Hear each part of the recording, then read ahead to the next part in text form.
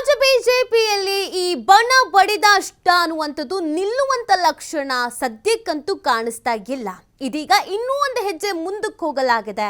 ಒಂದಷ್ಟು ಪ್ಲಾನ್ಗಳನ್ನು ಮಾಡ್ಕೊಳ್ತಾ ಇದ್ದಾರೆ. ಏನಾಗ್ತಾ ಇದೆ ಬಿಜೆಪಿಯಲ್ಲಿ ಅಂತ ನಾವು ಗಮನಿಸೋದಾದ್ರೆ, ರಾಜ್ಯ ಬಿಜೆಪಿಯಲ್ಲಿ ಮತ್ತಷ್ಟು ತಾರಕಕ್ಕೇರ್ತಾ ಇದೆ ಈ ಬಣ ಬಡಿದಾಟ.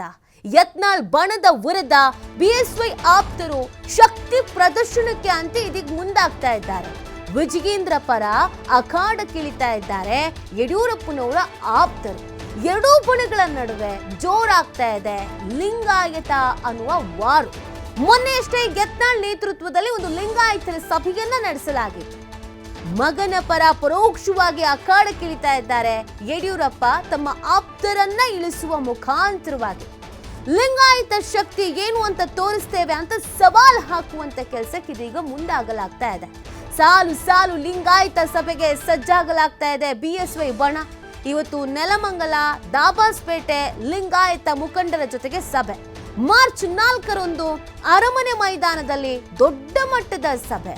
ರೇಣುಕಾಚಾರ್ಯ, ಶಂಕರ ಪಾಟೀಲ್ ಮನೇನುಕೊಪ್ಪ ನೇತೃತ್ವದಲ್ಲಿ ಈ ಒಂದು ಸಭೆ ನಡೆಸೋಕೆ ತೀರ್ಮಾನಿಸಲಾಗಿದೆ. ನೋಡಿ, ಬಿಜೆಪಿಯಲ್ಲಿ ರಾಜ್ಯಾಧ್ಯಕ್ಷರನ್ನ ಕೆಳಗಿಳಿಸಲೇಬೇಕು ಅನ್ನುವಂಥ ನಿಟ್ಟಿನಲ್ಲಿ ಯತ್ನಾಳ್ ಬಣದವರು ಸಿಕ್ಕಾಪಟ್ಟೆ ಆಕ್ಟಿವ್ ಆಗಿದ್ದಾರೆ. ಹೈಕಮಾಂಡ್ ನಾಯಕರು ಬುದ್ಧಿ ಹೇಳಿದ್ರು ಅದನ್ನು ಕೇಳಿಸಿಕೊಳ್ಳುವಂತಹ ಮನಸ್ಥಿತಿಯಲ್ಲಿ ಯತ್ನಾಳ್ ಬಣದವ್ರಿಗಿಲ್ಲ. ಇದೀಗ ಯಾವಾಗ ರಾಜ್ಯ ಬಿಜೆಪಿಯ ನೂತನ ಸಾರಥಿಯಾಗಿ ಅಧಿಕಾರವನ್ನು ಸ್ವೀಕರಿಸಿದ್ರು ವಿಜಯೇಂದ್ರ, ಅವತ್ತಿನಿಂದಲೂ ಕೂಡ ಒಂದಷ್ಟು ಅಸಮಾಧಾನ ಅನ್ನೋದು, ಬೇಸರ ಅನ್ನೋದು ಇದೆ. ಈಗ ಒಂದೇ ಒಂದು ಪ್ಲೇ ಕಾರ್ಡ್ ಅನ್ನ ಎರಡೂ ಬಣದವರು ಬಳಸ್ತಾ ಇದ್ದಾರೆ. ಆ ಪ್ಲೇ ಕಾರ್ಡ್ ಲಿಂಗಾಯತ ಅನ್ನುವಂಥದ್ದು. ಯಡಿಯೂರಪ್ಪನವರನ್ನ ಈಗಲೂ ಕೂಡ ನಾವು ಕರಿತೀವಿ ಅಂತ ಹೇಳಿದ್ರೆ ಅಥವಾ ಗುರುತಿಸ್ಕೊಳ್ತಾರೆ ಅಂತ ಹೇಳಿದ್ರೆ ಲಿಂಗಾಯತ ಸಮುದಾಯದ ಪ್ರಬಲ ನಾಯಕ ಅಂತ ಯಡಿಯೂರಪ್ಪನವರನ್ನ ಗುರುತಿಸಲಾಗತ್ತೆ.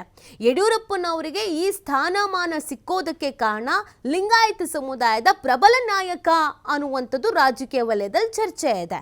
ವಿಜಯೇಂದ್ರ ಅವರನ್ನ ಕೂಡ ಲಿಂಗಾಯತ ಸಮುದಾಯದ ನಾಯಕ ಅನ್ನುವಂಥ ಕಾರಣಕ್ಕಾಗಿ, ಆ ಪ್ರಬಲ ಸಮುದಾಯದ ನಾಯಕ ಆಗಿರೋದ್ರಿಂದ ಮತಗಳ ಕ್ರೋಢೀಕರಣ ಆಗತ್ತೆ ಅನ್ನುವಂಥ ಕಾರಣಕ್ಕಾಗಿ ವಿಜಯೇಂದ್ರ ಅವರಿಗೆ ಸಾರಥ್ಯವನ್ನು ವಹಿಸಲಾಗಿದೆ ಅನ್ನೋದೊಂದು ಇದೆ.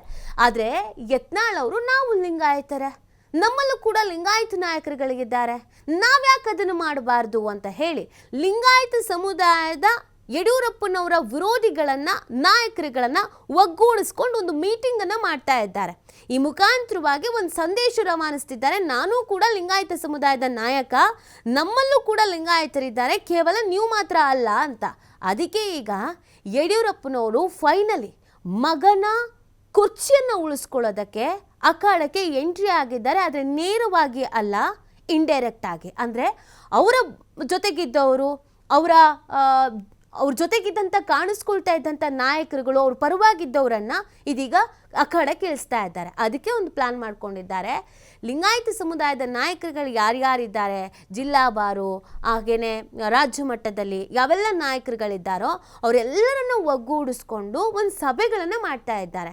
ಎಲ್ಲರನ್ನ ಒಗ್ಗೂಡಿಸ್ಕೊಂಡು ಲಿಂಗಾಯತ ಸಮುದಾಯದ ನಾಯಕ ಅಂತ ಬಂದರೆ ಅದು ವಿಜಯೇಂದ್ರ ಆಗಿರ್ತಾರೆ, ಯಡಿಯೂರಪ್ಪನವರು ಆಗಿರ್ತಾರೆ, ಹೊರತುಪಡಿಸಿದ್ರೆ ಯತ್ನಾಳೋ ಇನ್ನೊಬ್ರು ಮತ್ತೊಬ್ರು ಆಗೋದಕ್ಕೆ ಸಾಧ್ಯ ಆಗೋದಿಲ್ಲ ಅನ್ನುವಂಥ ಒಂದು ಮೆಸೇಜನ್ನು ಪಾಸ್ ಮಾಡೋದಕ್ಕೆ ಪ್ಲಾನ್ ಮಾಡ್ಕೊಂಡಿದ್ದಾರೆ. ಇದೆಷ್ಟರ ಮಟ್ಟಿಗೆ ವರ್ಕೌಟ್ ಆಗುತ್ತೆ, ವಿಜಯೇಂದ್ರ ಅವರ ಕುರ್ಚಿಯನ್ನು ಎಷ್ಟರ ಮಟ್ಟಿಗೆ ಭದ್ರ ಮಾಡುತ್ತೆ ಅನ್ನೋದನ್ನು ನೋಡಬೇಕಿದೆ.